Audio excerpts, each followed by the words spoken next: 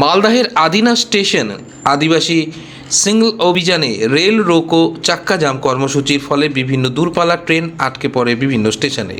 Rail সূত্রে খবর, উত্তরবঙ্গ ও দক্ষিণবঙ্গের সঙ্গে যোগাযোগ বিচ্ছিন্ন হয়ে গেছে। ইতিমধ্যে বেশ কয়েকটি স্টেশনে রেল দাঁড়িয়ে আছে। পাশাপাশি মালদা টাউন স্টেশনে দীর্ঘক্ষণ ধরে যাত্রীরা আটকে পড়ে রয়েছে ট্রেনে করে বিভিন্ন জায়গায় যাওয়ার উদ্দেশ্যে। কার্যত বলা যেতে পারে ট্রেন যাত্রীরা ভোগান্তির শিকার।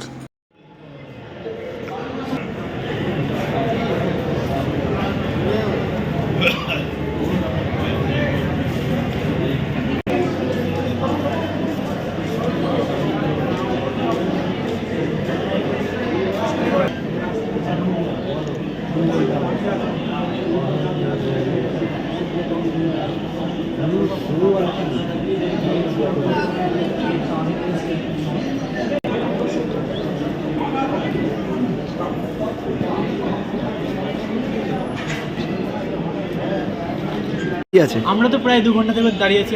আমাদের এক্সাম আছে, ওই জন্য আমরা যাচ্ছি। তো এই যে বন্ধ চলছে, এই জন্য আমাদের কী আর বলবো, মানে অশান্তি হচ্ছে। কোথায় বন্ধ চলছে? বন্ধ চলছে আদিনাতে। কোথায় যাবে? আমরা যাবো কোচবিহার যাবো।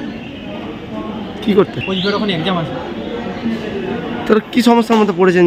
এই যে এখন টাইমে পৌঁছাতে পারছি না, যার জন্য অসুবিধা হবে। ভাবছিলাম গিয়ে রেস্ট করবো, সেটা আর হয়তো করতে পারবো না।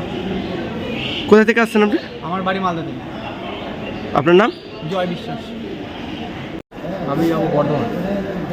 কতক্ষণ ধরে বসে আছে? 1 ঘন্টা হয়ে গেল মোটামুটি। কি বলছে রেল কর্তৃপক্ষ? কি বলছে, কি জন্য লেট?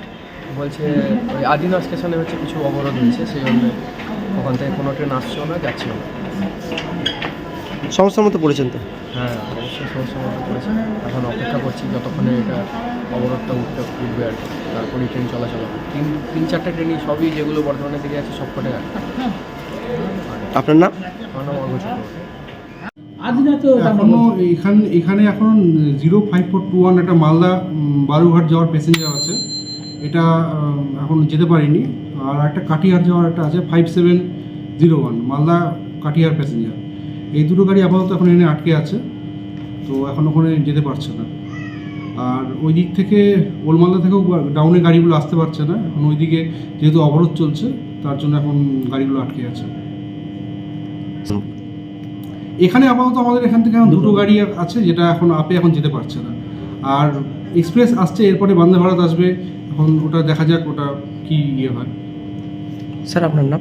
আমার নাম প্লাবন ভট্টাচার্য, SM মালদা।